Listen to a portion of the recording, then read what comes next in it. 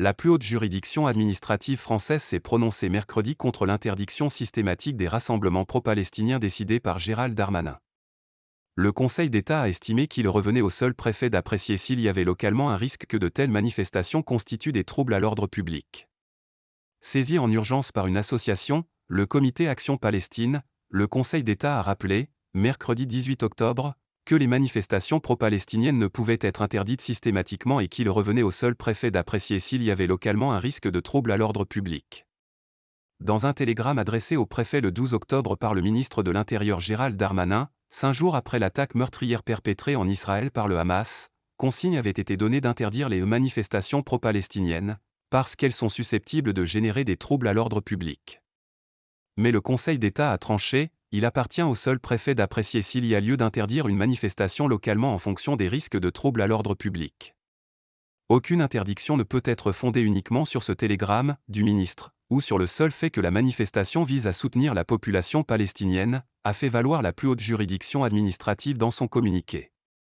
Reste que si le juge regrette la rédaction approximative de ce télégramme, il note cependant que les représentants de l'État à l'audience, mais aussi les déclarations publiques du ministre, ont précisé son intention, rappelé au préfet qu'il leur appartient, dans l'exercice de leurs compétences, d'interdire les manifestations de soutien à la cause palestinienne justifiant publiquement ou valorisant, de façon directe ou indirecte, des actes terroristes comme ceux qui ont été commis en Israël le 7 octobre 2023 par des membres de l'organisation Hamas, ajoute le Conseil d'État dans son communiqué.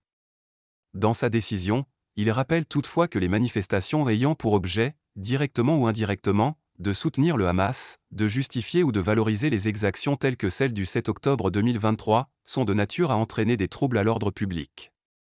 Complet désaveu pour le ministère de l'Intérieur.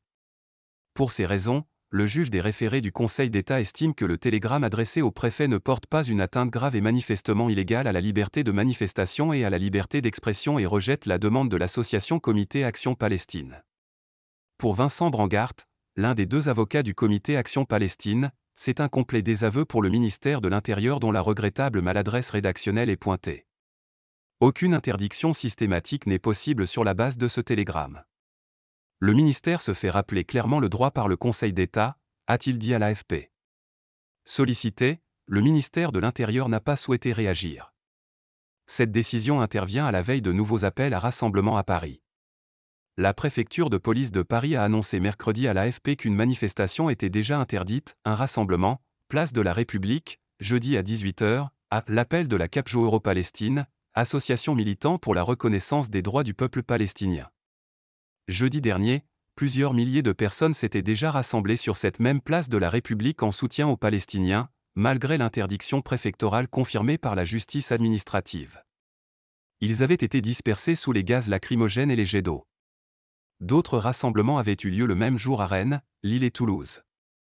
Avec sa consigne stricte, selon Gérald Darmanin lui-même, la France s'était démarquée d'autres pays occidentaux, des milliers de personnes ont défilé légalement ces derniers jours en Espagne, en Angleterre, aux Pays-Bas ou aux États-Unis contre le colonialisme israélien et en soutien au peuple palestinien. La France fait ses propres choix, avait noté le chef de la diplomatie italienne Antonio Tajani, mais interdire les manifestations dans un pays démocratique quand ce ne sont pas des manifestations violentes ne me semble pas être juste. Avec AFP.